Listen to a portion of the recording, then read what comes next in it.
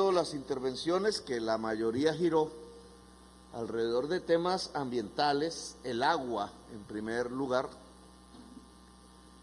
y en segundo lugar los problemas sociales, indudablemente, que como todas las regiones de Colombia se tiene, el problema de la tierra en este tipo de región, el agua, la tierra, la vivienda y la minería, específicamente la minería del oro. Por acá empiezo porque fue el eje de la entrega por primera vez, dicen. Yo quiero corroborar eso bien, porque siendo congresista joven todavía, en el gobierno de Andrés Pastrana, ese gobierno entregó al Congreso un proyecto en ese momento que se denominó del Código Minero. Y fue estudiado por el Congreso, por donde estaba. En ese entonces muchas voces de congresistas se levantaron, cada vez se levantan menos voces de congresistas a favor de la gente, pero en aquel entonces muchas se levantaron al estudiar ese código minero diciendo que iba a pasar una catástrofe contra el pequeño minero, el minero artesanal que se llamaba en aquellas entonces, porque se privilegiaba la titulación a grandes empresas mineras, al gran capital minero, alguno nacional y muchísimo internacional, multinacional. Es así como la gran mina tradicional del oro de Antioquia, la denominada Buriticá, que estaba desde tiempos ancestrales precolombinos, se convirtió hoy en una mina de una multinacional. Y se fue desplazando entonces la actividad del pequeño minero, no solamente del espacio geográfico del lugar, sino también del cuidado del gobierno y del Estado. El Estado solo miró la gran minería. El pequeño minero quedó en el olvido e incluso se convirtió en un ser perseguido por el Estado.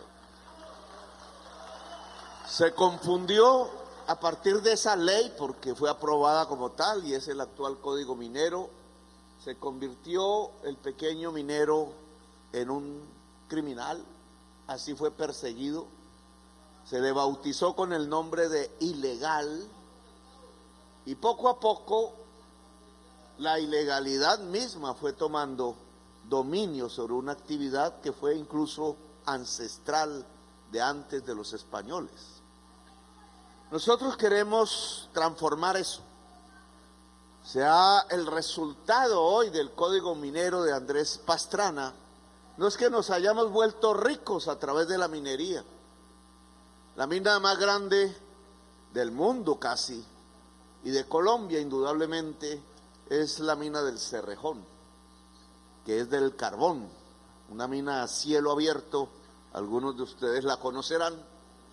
En esa región del Caribe, Cesar, Guajira, sí, miles de trabajadores aún están allí laborando, sacando carbón para la exportación, pero lo que uno encuentra en los alrededores, en la Guajira, es gente con sed, es miles de niños que han muerto, de acuerdo a las estadísticas oficiales de desnutrición dicen, pero es por la mala calidad del agua, miles y miles de niños, y entonces uno se pregunta cómo una riqueza que ha dado miles y miles de millones de dólares en regalías, en impuestos, en divisas a Colombia, exportar carbón, tiene al lado miles y miles de niños que se mueren de sed. Se sacrificó el agua por el carbón. Los gobiernos decidieron que era más importante el carbón que el agua. Y aún hoy luchamos contra eso. Creo que tendré alguna reunión con los dueños de esa mina en algún momento. Ya varias de esas minas se han cerrado porque el mundo cada vez demanda menos carbón, se exporta menos y cada vez deja de ser un negocio. ¿Cómo articular la minería con la naturaleza, con el agua? He ahí uno de los problemas que Colombia no ha resuelto. Y esa falta de resolución tiene, y se ve, por ejemplo, en estas regiones alrededor del río Cauca. Hay un problema aguas abajo, hay un problema aguas arriba, y el agua no debería ser un problema. En realidad el agua y el río no tienen la culpa, sino la manera como se utiliza por el ser humano. Aguas arriba hay un peligro indudable, un riesgo le llaman. Se llama Hidroituango. He estado como presidente leyendo y oyendo y mirando el problema que se ha generado alrededor de Hidroituango, el desastre, que más que financiero que lo es, esas pérdidas se están pagando a partir de altas tarifas en la costa caribe de Colombia. Se está pagando a través de altas tarifas en general en toda Colombia. Parte de esas grandes pérdidas que ocasionó, en mi opinión, la corrupción, porque los tornillos mal puestos de menor calidad, el cemento de menor calidad, las varillas de menor calidad, pues trajeron el cierre, la rapidez para ganar más plata, la codicia se llama eso, el afán por ganar, pues llevó a una serie de decisiones muy equivocadas en la ingeniería que terminaron en lo que se llama el desastre de Hidroituango. Pero el mayor peligro no es simplemente el financiero, que indudablemente recae sobre el bolsillo de la gente de Colombia. No lo ha asumido quienes fueron responsables de ese desastre. El mayor peligro está sobre la vida, y es ahí donde más debemos tener cuidado, porque no es 100% seguro, todos sabemos, la operación en Hidroituango. Tal como quedaron las cosas, hasta ahora van la mitad de las turbinas funcionando. Han logrado, porque había mucho temor, yo tenía mucho, ese día hubo un PMU, cuando se sabía que se iba a prender la primera turbina, y no sabíamos si la vibración, si el empuje y la velocidad de ese gigante mecánico podía derrumbar los muros y repetir el episodio. Entonces, estuvimos atentos hasta ahora. Lo cierto es que no se ha producido, pero el riesgo existe. Y el riesgo se mitiga, y esa es una tarea que quiero que escriban ahí, porque es la Unidad Nacional de Gestión del Riesgo la que tiene que estar con ustedes permanentemente para disminuir el riesgo. No se elimina 0 al 100%, no. Pero hay mecanismos de alertas, de educación de la población. No se debería vivir así porque ustedes no son los que decidieron poner ese embalse allá arriba.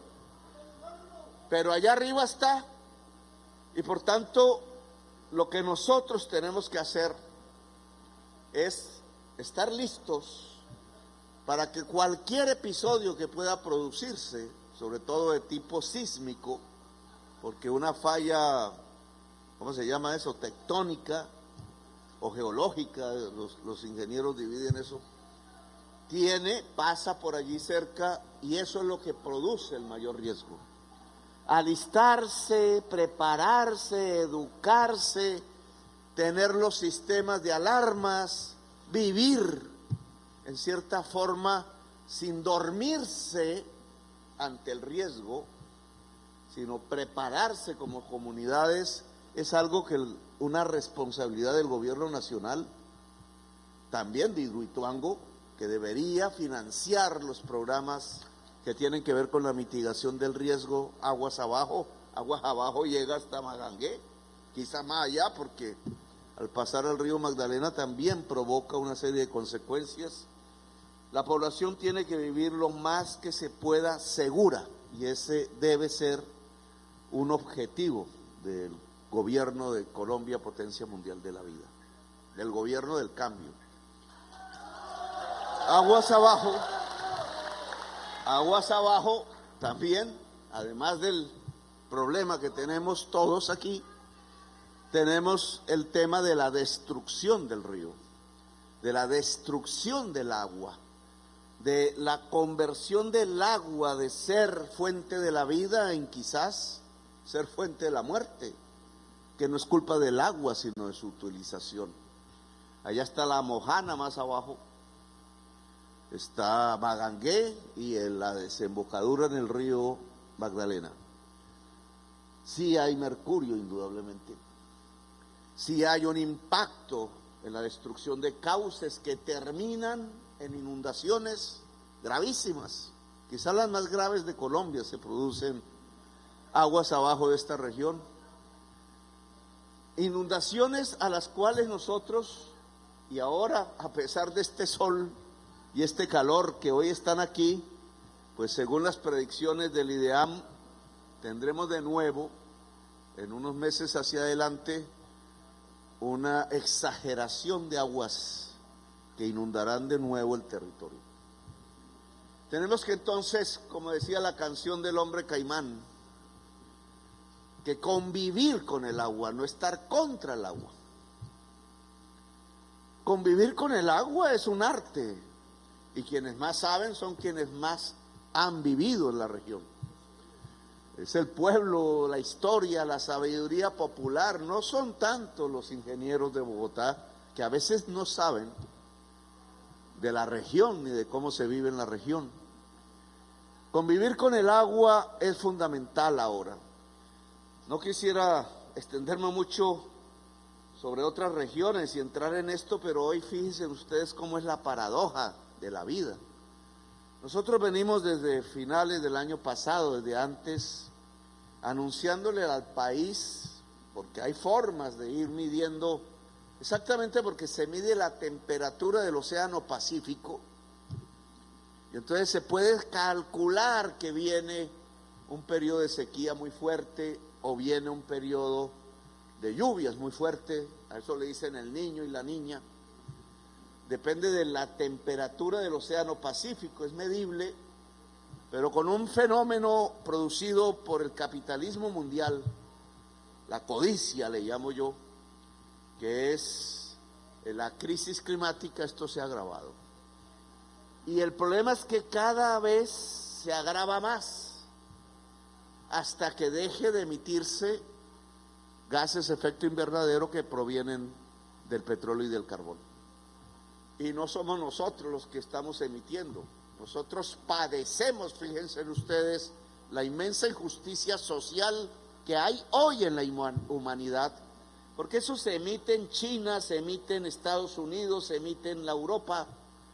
Allá viven muy ricos con muchas cosas, carros, viajan en avión todos los días y le arrojan a la atmósfera venenos.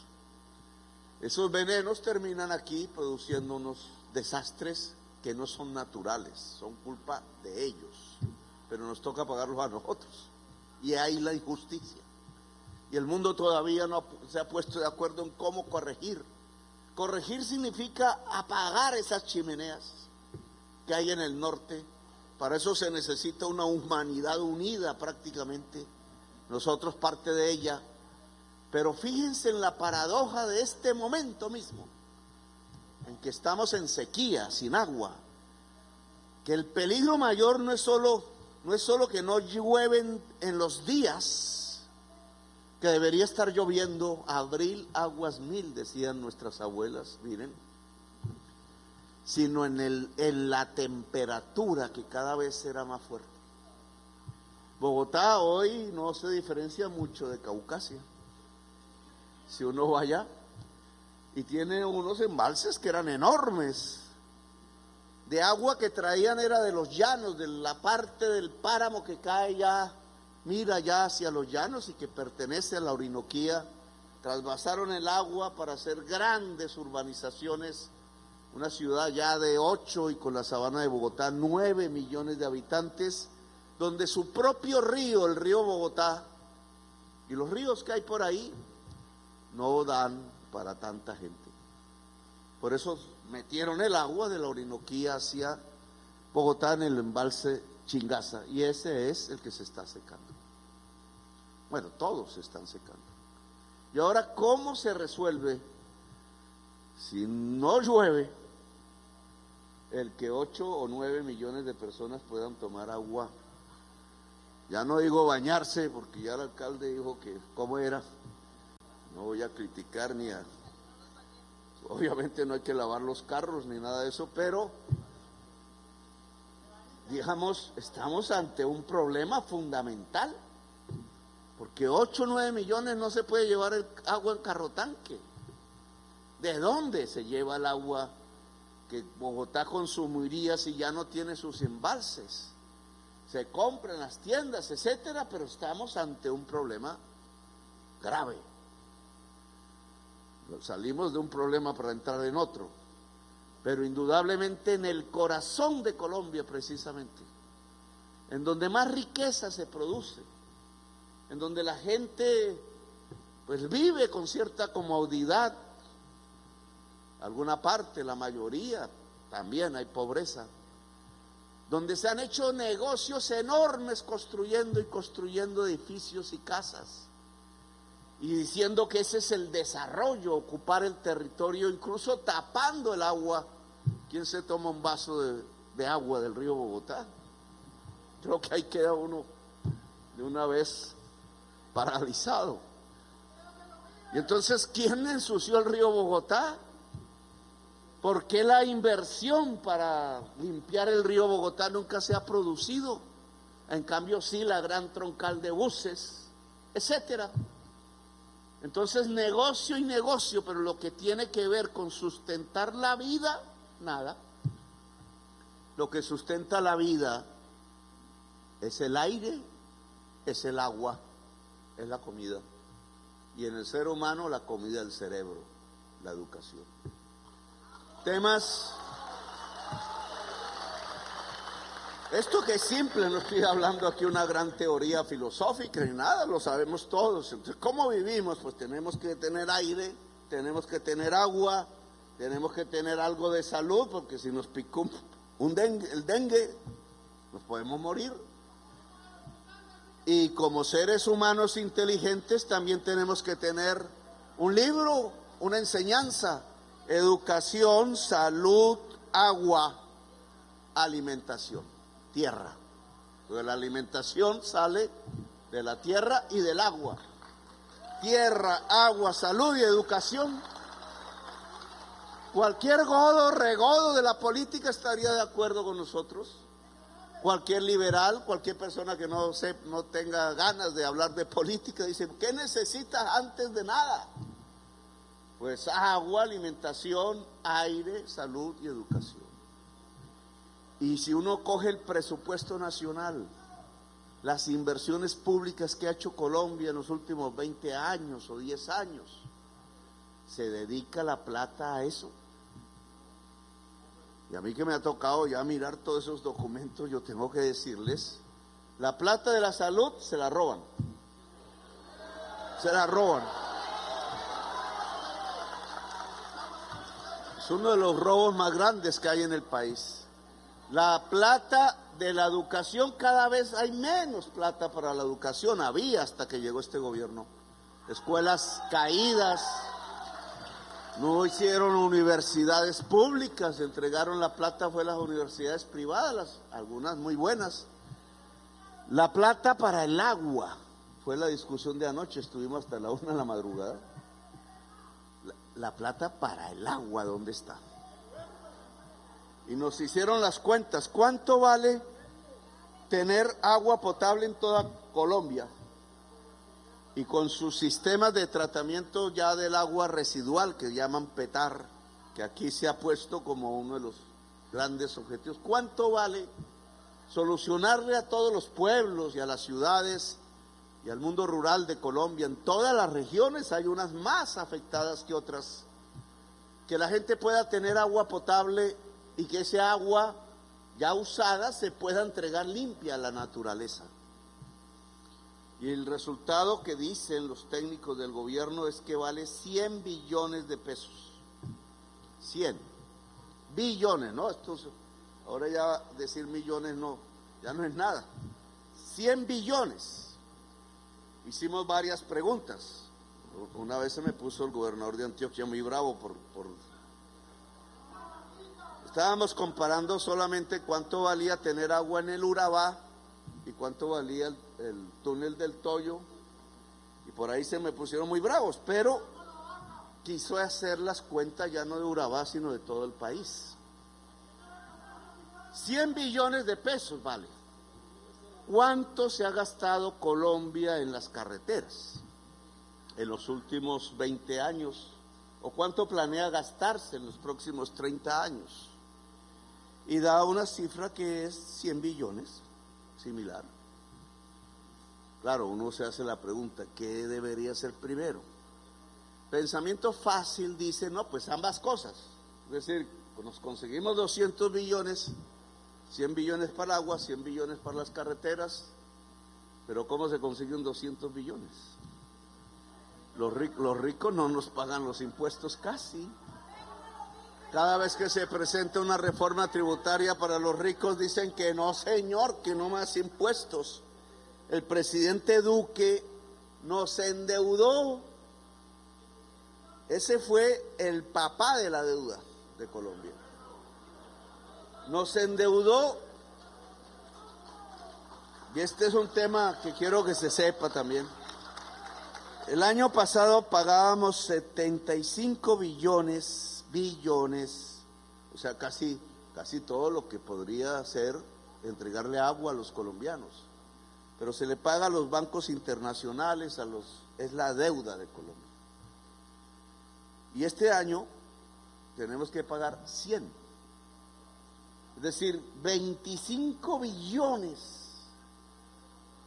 De un año al otro se nos sube el pago de la deuda porque el señor Duque, para frenar el COVID, que no lo frenó,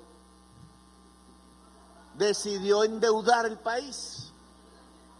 Yo ahí como parlamentario decía, pero eso me pegaban en la prensa me barrían conmigo para aquí y para allá. Porque decía que hiciéramos lo mismo que Estados Unidos. ¿Cómo hizo Estados Unidos para afrontar la pandemia? Emitió el dinero. Claro, eso no es que sea bueno per se, pero era la emergencia. Cuando viene una emergencia de esas, pues hay que usar medidas de emergencia.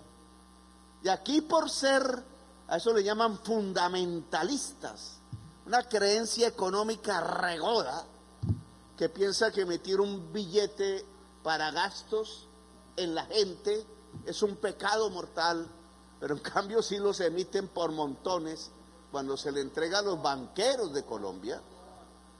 Y entonces decidieron no emitir en un momento tan crítico donde todos estábamos fregados. Yo me enfermé 2 veces, todos pasamos, y muchos pues no sobrevivieron, no están aquí.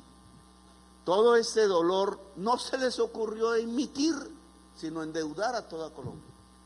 Entonces, como no se podía salir de la casa, no subir las tarifas. Y uno dice, qué bien, pero ese no subir las tarifas la volvieron una deuda a los usuarios que ahora estamos pagando en las altas tarifas de energía eléctrica. Decidieron no subir la gasolina, se importaba caro, se vendía pues al precio sin subirla porque el precio del petróleo subió, y esa bobadita en 2 años nos dejó 80 billones de pesos de deuda.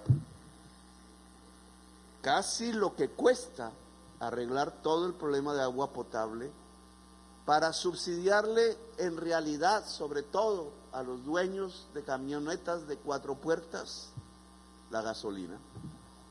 Es como poner al pueblo colombiano todo, la mayoría sin carro, de pronto alguna moto por ahí medio vetusta, ponerle a subsidiarle la gasolina a la clase más pudiente del país. Y esa deuda son 80 billones de pesos y se están pagando esa ahora. Y encima decidió, para frenar el COVID, dijo él, hacer un préstamo con el Fondo Monetario Internacional a 3 años, los años del gobierno de Petro. Ese fue magnífico. El único país del mundo que hizo ese préstamo, porque ninguno más cayó en esa tontería, a 3 años pagar, y por eso salta la deuda de 70 a 100 billones. Y todavía usted ve unas congresistas por ahí, unos congresistas diciendo, oiga, ¿y por qué no le mete más a la plata a las EPS? Pues hermanos, porque se quiebra el Estado. Entonces quiebran la salud y encima quiebran el Estado, y entonces ¿qué va a quedar esta sociedad?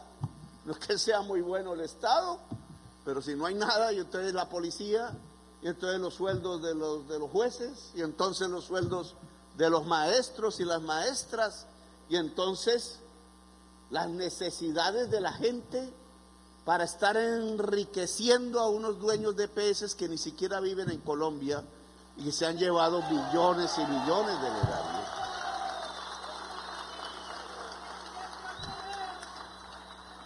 Yo voy a hablar con la señora Griogeva, se llama, ¿cierto?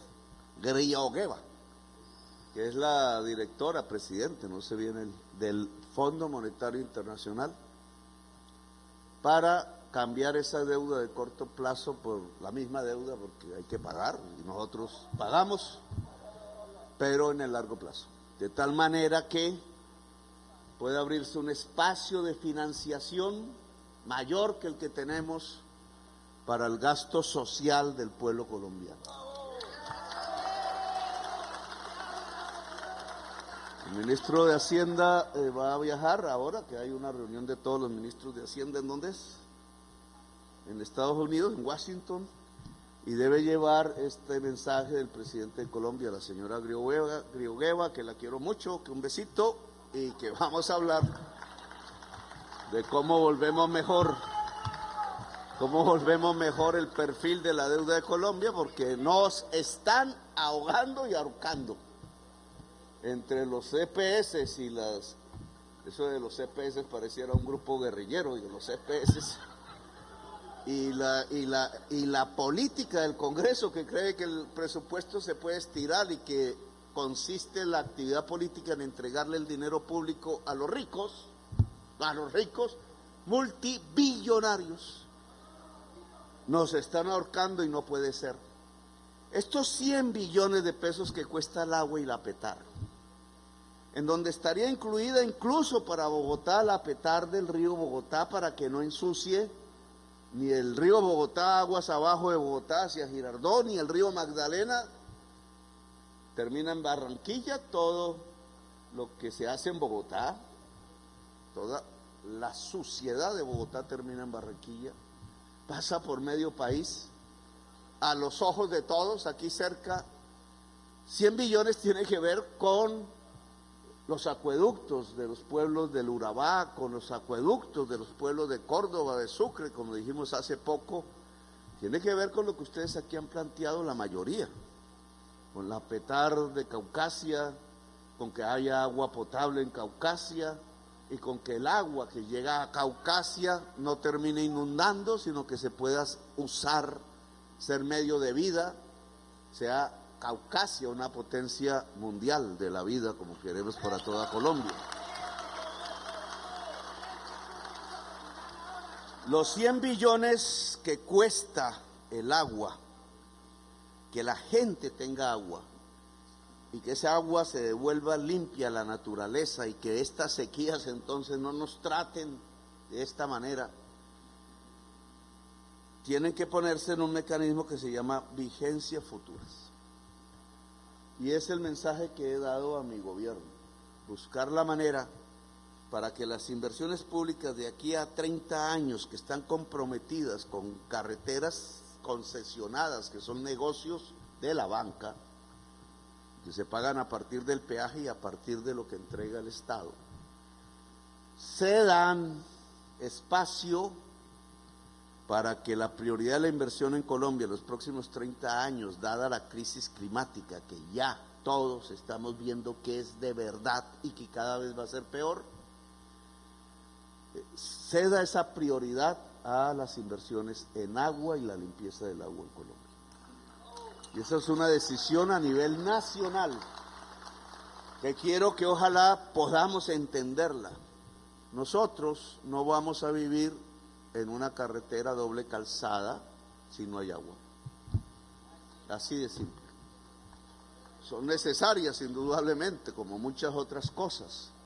Pero si no hay agua, no vamos a vivir. Como pasó con Venezuela viniendo para acá, ahora nos va a pasar a nosotros yéndonos para allá. No para Venezuela, sino para donde está el agua, los Estados Unidos de Norteamérica. Y yo la verdad no me quiero ir a vivir a los Estados Unidos de Norteamérica, no me llama la atención. Yo quiero vivir aquí y la mayoría creo que todos y todas queremos vivir aquí porque es un buen vividero, todos sabemos, pero no se puede vivir si no hay agua potable. Luego, la principal inversión de Colombia en las épocas de la crisis climática se llama agua, no se llama cemento, se llama agua. Y el gobierno del cambio tiene que volver realidad eso en las normas, en el sistema de planificación y en las decisiones, ojalá irreversibles, que se tomen desde ya hacia adelante. 100 billones, si yo me gasto 1 billón al año, matemáticas, duraría 100 años en resolver el problema. Eso es lo que está pasando hoy. Se estaban gastando en agua potable, eso sin robarse un peso. Se estaban gastando en el gobierno pasado 300.000 millones al año. Si esto vale 100, ¿cuánto duraríamos en que la gente tuviera agua potable, algo tan esencial? 3 siglos. Ninguno de nosotros vería ni siquiera, ni nuestros nietos verían, ni nuestros bisnietos, ni nuestros tatarabisnietos verían el día en que todo colombiano tuviera agua potable a ese ritmo. Yo logré elevar eso a 1 billón, que es este año. Pero si se invierte 1 billón en agua potable y vale 100, demoramos 1 siglo. De 3 a 1 siglo, igual no lo vamos a ver nosotros. Pero si 1 billón volvemos 3.300.000 millones al año, entonces podemos decir que en 30 años todos los colombianos tendrán agua potable. Aún es lejos, pero lo podemos ver siquiera. Y entonces queremos traspasar esto, una inversión anual de 3.300.000 millones de pesos de Colombia en el agua potable y en las PETAR para que el agua potable se entregue limpia a la naturaleza cada año hasta que el último colombiano que no tenga agua potable de calidad pueda tener agua potable. Se podría hacer un esfuerzo mayor, pero se necesita pueblo en las calles para lograrlo. Poder constituyente se llama. La decisión de un pueblo de constituir. Bueno, y me meto entonces a Caucasia y el oro y la minería, que era donde tenemos la tierra. Si tenemos agua, hay que cuidarla. Luego tenemos que hacer una transformación en la minería. La minería del oro específicamente, pero en general en toda la minería.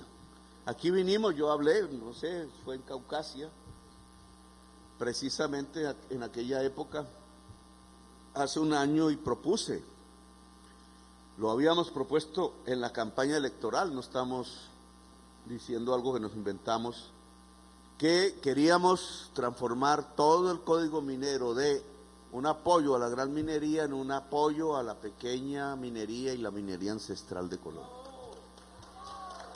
Eso significa en Antioquia, que tiene una tradición minera en varias de sus regiones, porque en otras no. Entonces le dijimos a la gente de Jericó al sur, lugar muy bonito, le dijimos, el gobierno de Colombia no está, Susana, porque se excaven las montañas de Jericó para sacar cobre u otras vainas, sino que queremos proteger la producción agraria de Jericó. Y le dijimos a Santa Fe de Antioquia, que fue la capital de Antioquia, Santa Fe de Antioquia, le dijimos lo mismo. Ellos no quieren oro, quieren sembrar maíz. Nosotros apoyamos que siembren maíz. Y tenemos un problemón en Buriticá, que tenemos que ayudar a resolver. porque se está convirtiendo en un conflicto violento. Y aquí, entonces, en el nordeste, en el Bajo Cauca, en regiones tradicionalmente mineras, lo que queremos es darle la mano al pequeño minero. Bien, ahí vamos. Es necesario proteger al pequeño minero porque es ahí donde está la clave para proteger el agua. Y me explico, si el pequeño minero no va detrás de una draga, un dragón que llaman, rompiendo el río, el cauce y moviéndose permanentemente, porque el oro obviamente cada vez está más abajo, porque ya la población ha sacado el oro que está más arriba, ¿cierto?, del lodo, y entonces se necesita la máquina para hundirse cada vez más, pero la máquina se va moviendo, detrás va el minero. ¿Quién es el dueño de la máquina? ¿Cómo se produce esa relación económica entre el dueño de la máquina, que puede sacar más lodo, por tanto más oro, que el pequeño minero que va detrás recogiendo las migajas? Esa relación hay que cambiarla.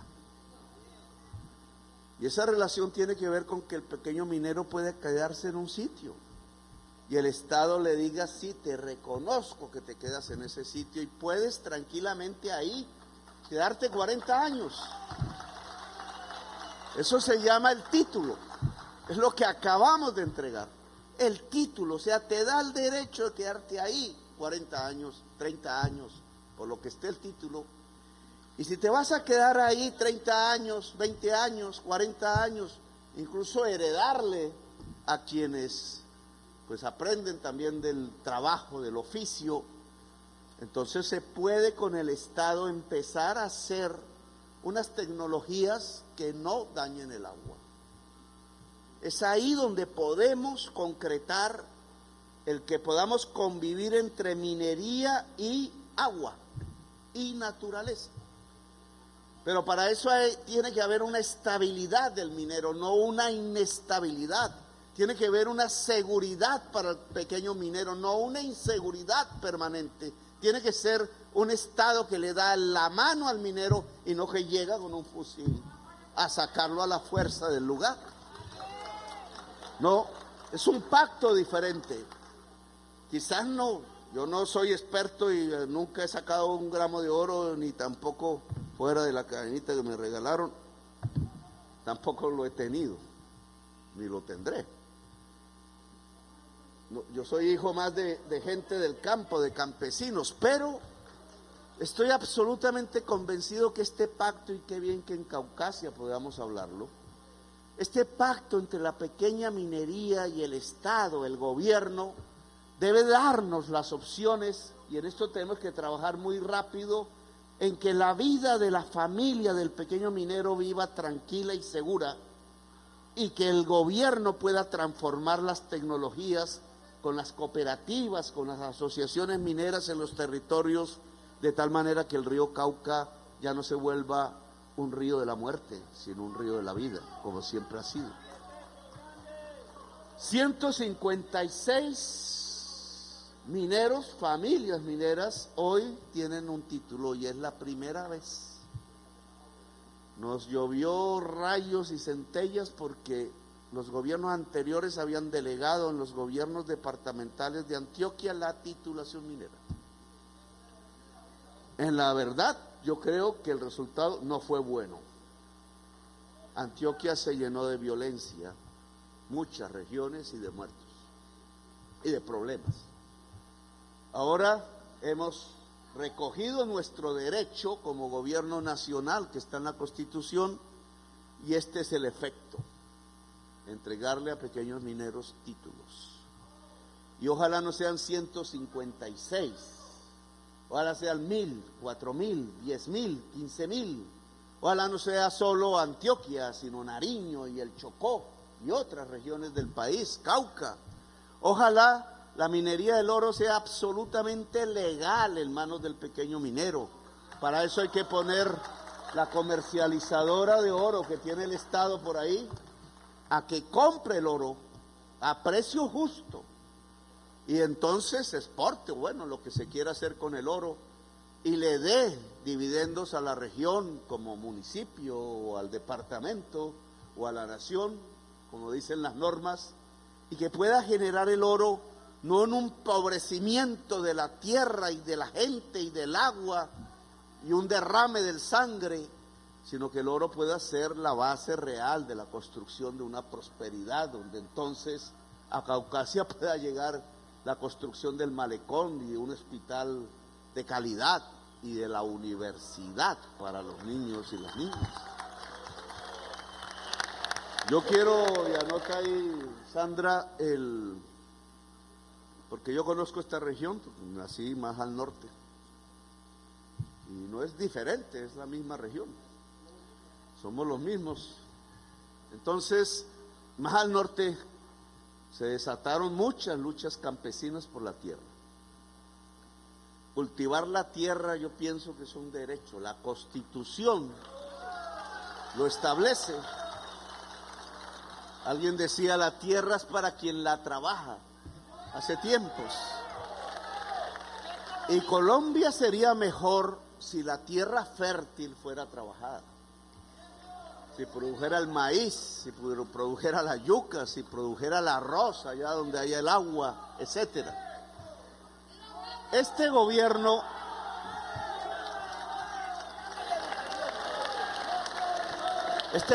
está comprometido en rescatar la agricultura de Colombia, olvidada también como el pequeño minero, y está comprometido en que se pueda industrializar en manos del propio productor campesino.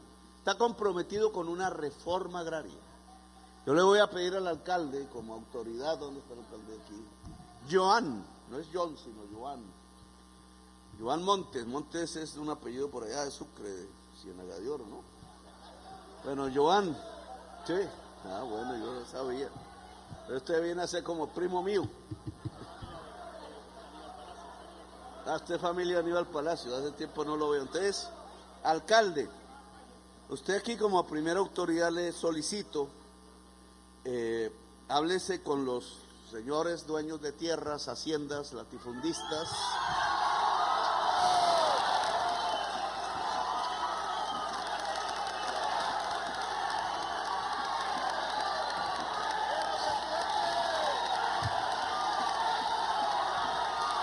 Bueno, ustedes todos los conocen mejor que yo no conozco ninguno, entonces les hablan, no para que nos engañen, ojo, a precio comercial y tierra fértil, ojo, nosotros estamos dispuestos a comprarle las haciendas.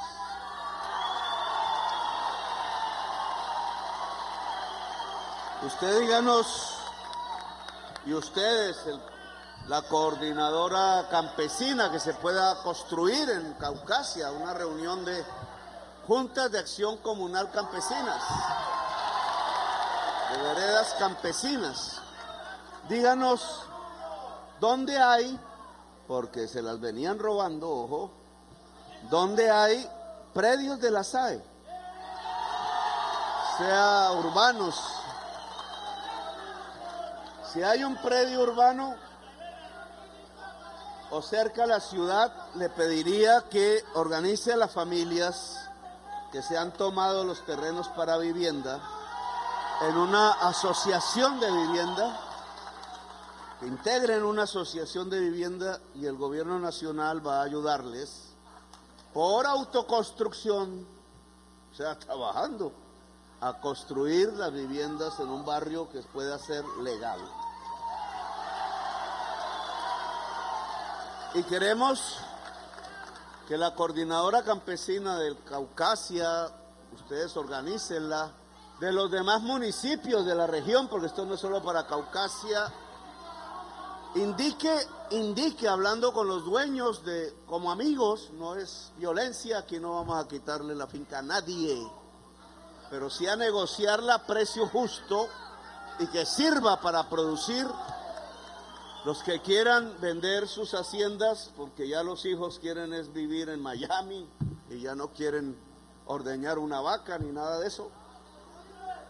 El gobierno compra las haciendas y se la entrega al campesinado de Caucas. Y seguro que podremos vivir mejor. Y seguro que habrá más trabajo. Y seguro que habrá más progreso. Y que esta podrá ser la capital real de una comarca próspera que se ubica entre Antioquia, Córdoba, que llega hasta La Mojana, como las aguas del río Cauca, y que pueda ser una región de trabajo, de prosperidad, de paz, de seguridad y de prosperidad para todas las familias. Una Antioquia potencia mundial de la vida. Gracias, muy amables. Muchísimas gracias, señor presidente.